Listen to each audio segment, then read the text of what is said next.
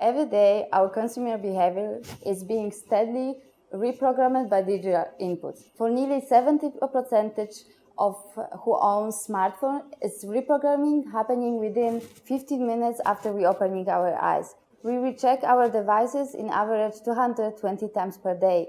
Repeating the process over weeks, months, years, it's becoming ritual. The social content is a huge part of this digital tsunami. All the photos that we see on Pinterest, all the tweets on Twitter, all the likes on Facebook, all the videos that we see on YouTube, Instagram and Snapchat, for example.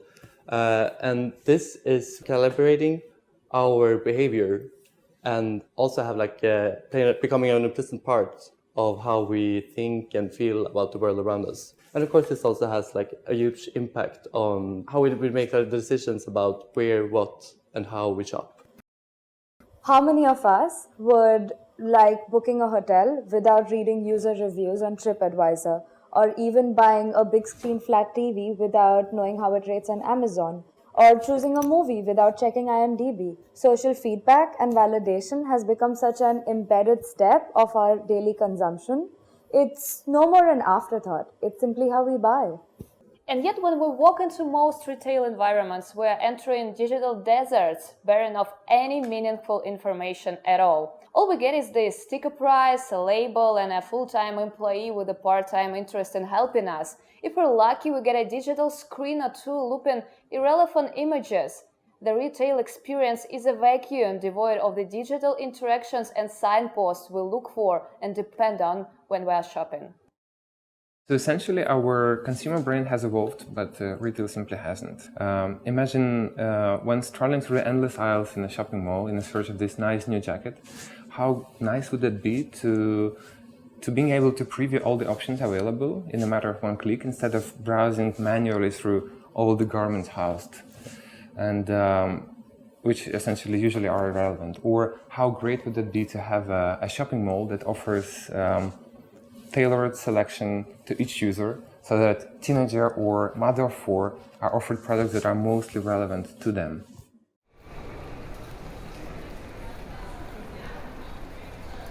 While the e-commerce sales are steadily increasing, the brick and mortar stays strong too. Google opened its first physical store to provide a try before you buy experience, and surveys show that 70% of people would prefer to shop in Amazon's physical store versus Amazon.com. So the statistics clearly display there will be not the end of the physical retailers, but rather repurposing them. So given the initial leap, sensorial and experience quality, physical stores have the biggest potential to become media points where retailers articulate their brand story and excite customers about the products. So then funnel purchases through the different numbers of distributors, devices, or channels. So in that sense, the shopping malls can become the most powerful and effective form of media which is available. So if the experience is crafted properly, it cannot be replaced in online mode. In order to thrive, the store of the future really have to embrace the digital mindset. And this means a shift of paradigm when it comes to how we design, operate, and how we measure the success of the physical store.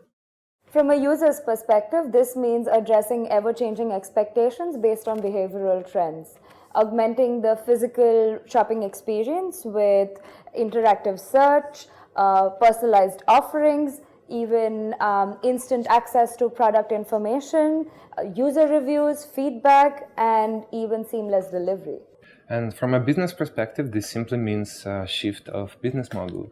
So historically, stores and malls being at the end of purchase funnel, where media and advertisement would drive people into the store to make a purchase, where they served almost as a distribution center for goods. Now the possibilities to buy stuff in a matter of one click and have it delivered to you increase. The role of store as a distribution center obviously decreases. And in days when you can buy stuff literally from tweets and Twitter posts, the role, one could say that media has become a store, and obviously in that sense, store could as well become a media, acting as almost the first touch point to engage with the user and get people excited, and then funnel them into additional channels. And in addition to that, since a lot of purchases would be would be happening cross-channel and over extended period of time. That means that we might as well shift the way we measure success. So instead of focusing on things like sales per square meters, we might want to look at exposure levels or satisfaction levels, all those things that could be measured by advanced analytics and data tracking. The store as we know it is being reinvented. In other words, the future of retail is offline, where brick-and-mortar stores are becoming living websites.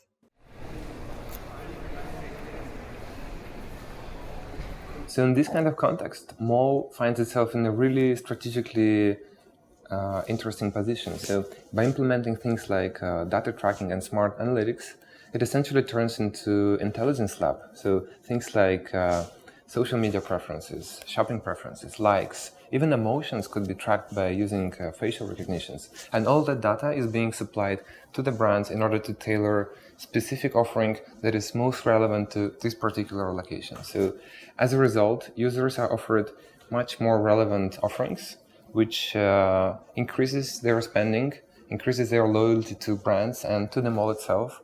And for the brands, it also incentivizes them to work with the mall much more because of all that increased sales, as well as all these smart tools that they are being provided. So people are happy, brands are happy, malls is in between, and it's almost like win-win-win situation. So by offering a unique physical experience with personalized offerings and unlimited choices, which are sort of the derivations of a shift in focus from distribution to media, the mall itself becomes a pinnacle of shopping experience. The process starts with the mall capturing users' data like body measurement, taste, preferences, movement, and even emotion tracking, which is implemented across several scales. The collected data is then used by an application or in-shop device and curates a personalized shopping experience with interactive search, exploration mode, extensive product information, bookmarking, delivery, etc., all based on the analysis of the collected data. The new experience, it's based on the displays, all the offers which are available in the shopping mall itself, and decide for you which one you should see in the person or if you will be later interested to see. So it's the same if you will shop online, but rather manually go through all offers by yourself and try to find the most fit code for you or item. So based on your selection, you are able to go more efficiently through the either of the shops. So it's the same as a Google in real time. You're just being navigated through the links, but in the offline mode. If you are not sure what to buy or what to expect, your inspiration board offers are based on your personal selection, which are intersection of your preferences and likes, and match with the mall's offers, which are based on your body type, size, or even mood. So making the shopping mall personalized as how you perceive it's different from the other. So mall highlights and bring you to the product which is the most suitable for you. Additionally, while shopping, you can easily scan the products in order to get extensive information about the products, brand history, latest reviews, everything that we are considering standard in the online shopping. That together with the 3D scanning and the on-demand garment customization really makes the amount of opportunities going towards infinity. And finally, the shopping experience can be extended to before and after you're in the mall itself. So you could explore, search, and preview products on your way to the mall, or even buy those beautiful shoes you checked out earlier after you've left your mall, and further even have them delivered to your doorstep. By tracking the shopping processes, capturing emotions, level of interest, and satisfactions by the users, the mall, in collaboration with the brands, can, within a few months, create an exposition, the so-called exploration zone, which would be a really good example of data-informed design. This would reflect and respond to the customer's interests and preferences. Exploration Zone is a series of islands of theme-based clusters where users find things that interest them the most. Music, books, events, clothes, and food that appeal to a particular taste group are being clustered together to amplify the shopping experience. The space is flexible and has the potential to accommodate different users, from a workshop in the morning to a shop during the daytime, from a wine tasting event in the evening to a club at night. So the mall is becoming the curator in this unique typology, which is a matrix of traditional department store and diverse neighborhood in cosmopolitan metropolis. The culmination of the personal shopping experience is a service called personal room. So it's a service that can be booked while in store or several days in advance for a certain period of time. So if you want to get away from the crowd or even spend some time with your friends, or if you want to try pre-selected garments or even explore new ones while you're drinking your favorite drink or you're listening to music that you have been obsessing over on SoundCloud, the personal shopping room is where you would go. It's your time and your place where on arrival you are given products to try on based on your bookmarks, interests and more.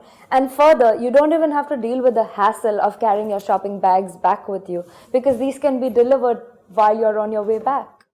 So the strength of this proposal is in the fact that it's not limited physically by the mall itself.